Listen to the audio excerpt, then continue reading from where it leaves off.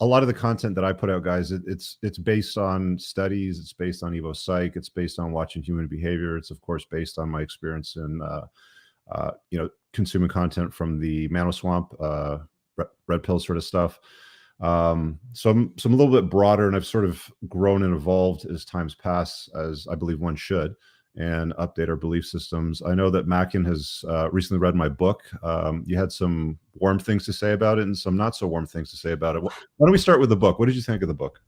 Well, I mean, I think that a lot of your advice, I think that we'd be repeating a lot of the same things if, a man was asking, okay, what can I do to succeed better on the mating market? Mhm. A lot of just the raw advice, we'd say a bunch of the same things. It's like, yes, focus on yourself, right? So it's not a chasing game, it's a building game.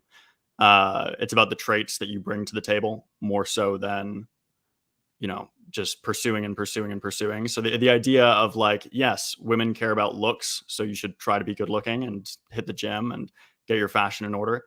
Yes, women care about money. Mhm. So yeah, you should be trying to make money if you're ambitious romantically. Yes, women care about status.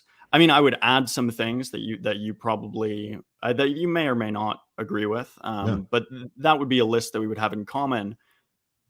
To be honest, though, mate, the overall attitude towards women Mhm. in the book and in your other work, it's just something that I don't relate to at all. Why I is that? just, I mean, like even scrolling through your Twitter, like saying things like 90% of women have nothing to offer in relationships. Like I was just reading it before I came Mhm. on. Like 90% of women have nothing to offer in relationships but sex. Um, Women are sex objects, right? Uh, Making fun of Taylor Swift's body. Like this is stuff that like I just don't relate to it at all. Yeah. It strikes me as very harmful, and it's I mean, to be 100% frank, it grosses me out. Like it's just like I can barely read it. But then on the other end, it's like I do think there's a baby in the bathwater. Uh, We do have a lot of commonalities in the sense that we wouldn't just tell someone, "Oh, just be yourself," and we wouldn't be a fan of people whining about the mating market and saying, "Oh, it's unfair that women want these things," or "Oh, it's unfair that guys want these things," and then just hoping that someone will come along and scoop mm. them up. That's anyway. I'm sure that I'm getting tons of comments from your audience. I'm coming on your platform here, so I'm sure that I'm getting tons of simp and white knight and that kind of thing. And I'm totally comfortable with that. I don't need to be liked. No, that's look, man. I mean, the internet is what the internet is, and Yeah. it says and does things that it does, and you have to learn how to leverage it too. That's one of the skills that I sort of picked up a few years ago from Ryan Halliday. He was the author of quite a few books, and he got started when he was working for a clothing company. I think it was American Apparel or Abercrombie and Finch or something. He just talking about like, look, if you're going to use social media, if you want to get reach, you have to talk about things in such a way that it gets people's attention so that they want to talk about it or engage in it. And it's a fine line with social media today, because if you go too far, then you can get banned or deplatformed. And if you're not salacious enough, then you don't get any attention at the same time. So you and I operate in different realms. You operate in the scientific realm, and I try to get people's attention on conversation pieces that I have. So sometimes I guess flicking boogers at certain people is necessary to create a little bit of outrage and attention on it. So that's what I do it, and that's how I do that stuff with stuff, especially like Twitter. So Well, you've outraged me a few times, so it's working.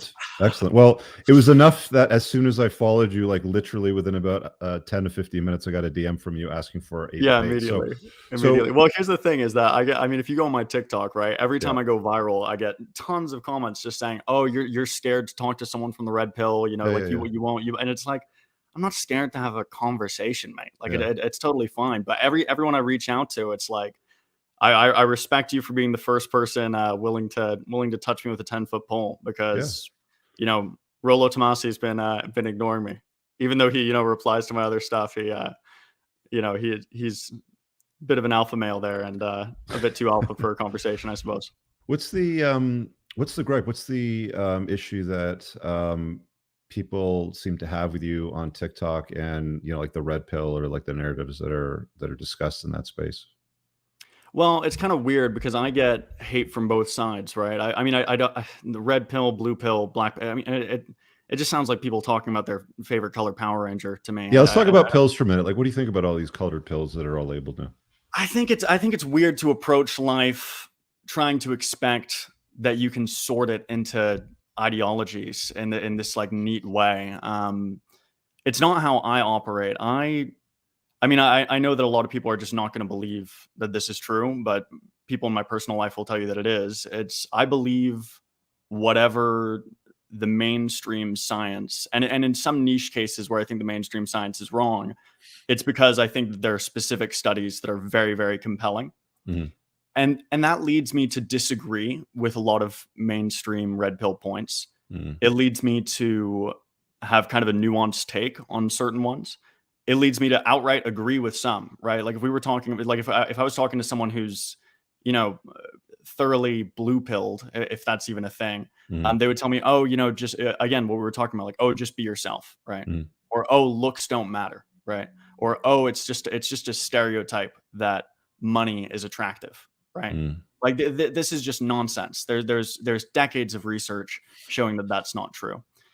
And then there's some people. Most of my comments are people misinterpreting me as someone who's just. I mean, it depends on what I'm going viral for. I mean, sometimes people are calling me an incel and saying that I'm black pilled, and it's like, all right, I'm not an incel, and I'm hardly black pilled. I just think that the data is in and looks matter, right? And sometimes it's people saying that I'm a a simp and a cuck, because I don't believe that. I don't know that. What would be a good example of like a non-red pill belief I have? That I believe that body count matters for men as much as women, or that I believe that in terms of dating prospects, it's actually quite uncommon for a woman to mess up her dating life by having too much, sexual encounters. In practice, it's like that doesn't seem to be that much of a hurdle. Or I Mhm. wouldn't believe that. Say, I wouldn't believe in something like the wall, like this idea that this like overnight. I mean, we can get into all the detailed things. I think. Yeah, I I think saw I'll end that up you rambling if sort I of try define to. the wall as more of a slope than a definite smash into a hard object that stops their prospects. Yeah, I mean, it would be weird if it was a. I mean, it's like that's not how aging Mhm. works. It's like yes, over time, romantic prospects in terms of your mate value over time that declines. In men, it starts to decline at a significantly later point than it does in women, but it Mhm. declines in both cases, right? Like Rich, I'm sure you know that you probably had more options when you were 40 than you do now, right? Like I don't think that's something you disagree with. You're actually one of the more, frankly, I mean, I don't want to just argue with you or discuss things with you as if you're just a representative for the entire red pill, right? Some Well, of I your mean, we take, talked about this in DMs, so we can clarify. So yeah, you're asking about that, and I am what I would consider red pilled, but yeah, I am not identifying with any pill in particular.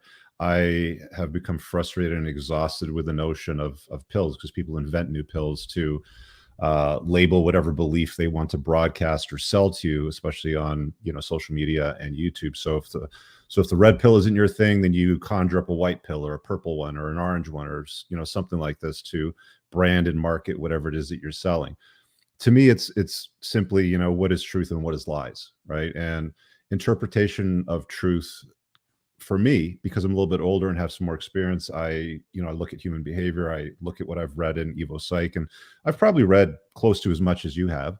Not to the same degree. I haven't studied, I haven't researched, I haven't put out papers like you have, obviously. And I've summarized a lot of my thoughts in a book, and in content that I've put out. But I don't really like the whole, let's be red pilled or you're blue pilled, or if they disagree. Like I've seen people in the Mano Swamp call guys like David Buss blue pilled, and I don't think he's blue pilled. I think he's a scientist that's researched some great, put some good work together and put out some very informative and useful books. And to call somebody that's put out useful information blue pill almost seems like it's disparaging at this point.